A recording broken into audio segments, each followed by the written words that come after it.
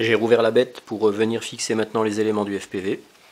Donc ici une petite caméra Sony 600 TVL achetée sur le site Security Camera 2000 avec l'émetteur vidéo.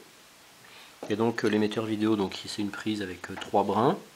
Donc le plus, le moins et le signal. La caméra a également 3 brins.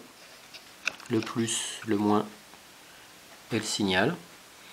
Donc j'ai tout simplement relié le plus de l'émetteur vidéo et de la caméra ensemble avec le plus, donc ça fait un T, vous voyez, ça fait un T, avec le plus qui est soudé sur la platine d'Alim, qui est en 12 volts, puisque la caméra et l'émetteur vidéo fonctionnent en 12 volts.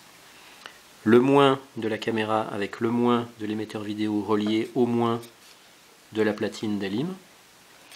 Et le signal de la caméra, qui est le jaune, relié avec le signal de l'émetteur vidéo, qui est aussi le jaune, tout simplement. Donc là, il n'y a pas de T, c'est simplement deux signaux, deux fils signaux qui sont soudés ensemble. Et j'ai fait un essai, ça marche. Là, je viens de brancher l'accu moteur, enfin l'accu qui alimente tout le drone, donc la vidéo et la caméra, pour voir ce que donnait l'image vidéo reçue par mon petit banc de réception, là, de test. Donc ça marche. Donc vous voyez, si je bouge la caméra, voilà l'image. Voilà, donc ça marche.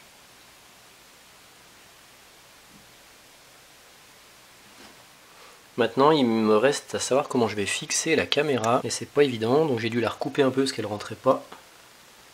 J'ai eu peur en coupant de couper des contacts, mais non, c'est bon.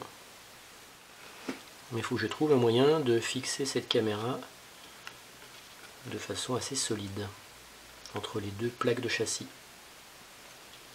Je cherche, je vais trouver. Bon voilà, en fait le système que j'ai retenu, c'est j'ai pris de la mousse, je l'ai taillé, calibré pour qu'elle rentre juste entre les deux couches du châssis, la partie supérieure et la partie inférieure. J'ai fait le trou pour la caméra ici, et donc la caméra va rentrer comme ça.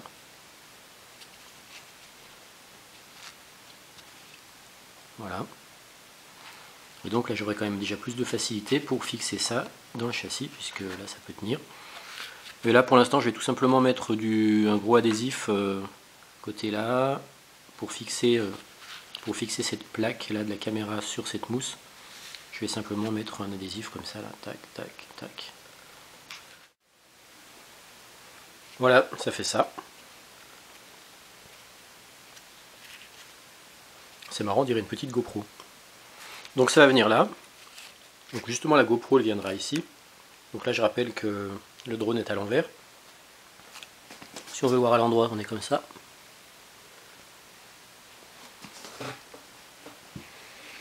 Donc ma caméra va aller ici.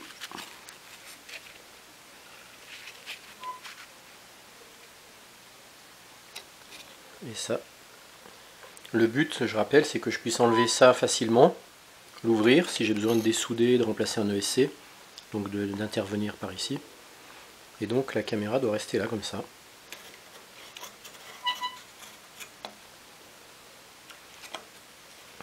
Et je pense qu'en revissant, si ça se trouve, ça va rentrer ça va tenir par pincement simplement. Je verrai, ou sinon je mettrai un point de colle.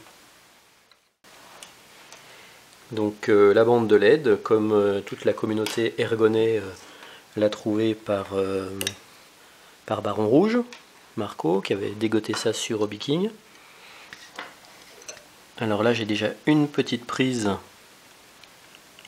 comme je montrais précédemment, une petite prise GST qui était en attente, que j'ai aussi branchée sur la platine. Et donc là j'ai plus qu'à brancher ça. Par contre ça pour l'instant je sais encore pas où je vais la mettre, la bande de LED, il faut que je me trouve un positionnement qui ira bien. Voilà, et donc quand je mets sous tension, il y a absolument tout qui va s'alimenter. La NAS 32, la bande de LED, la caméra et l'émetteur vidéo. Voilà. Tout est sous tension. Voilà, la bête est terminée.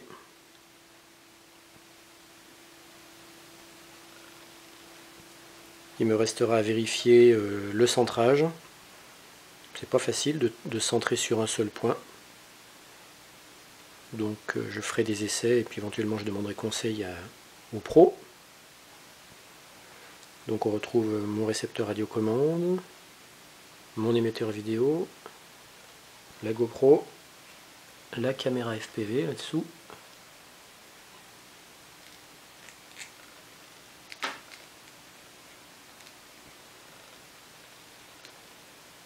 Vue de dessous. Et vue de dessus. Il fait exactement, il fait 800 grammes.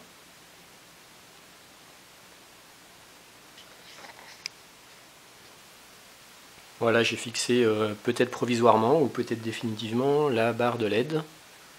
Donc ça peut permettre notamment quand on fait des poursuites de bien se visualiser, de bien se suivre. Et puis de reconnaître le modèle des copains si on a des couleurs différentes. Donc ça a une puissance assez phénoménale. Voilà, il n'y a plus qu'à faire les essais en vol à vue et en FPV. Une petite précision, comme moi je suis en Chainlink, on voit que les connecteurs de mes antennes sont métalliques. Et en fait, comme le carbone est conducteur, ils pouvaient être en contact soit avec le châssis carbone, ou alors ils pouvaient être en contact aussi avec la petite réglette de la barre de LED qui est en alu. Et apparemment ça risquerait de mettre les antennes trop à la masse, donc c'est pas trop bon. Donc je vais tout simplement faire en sorte que ces petits connecteurs ne touchent plus ni la barre de LED ni le carbone. Donc j'ai mis simplement un adhésif ici, côté là et côté là, pour isoler.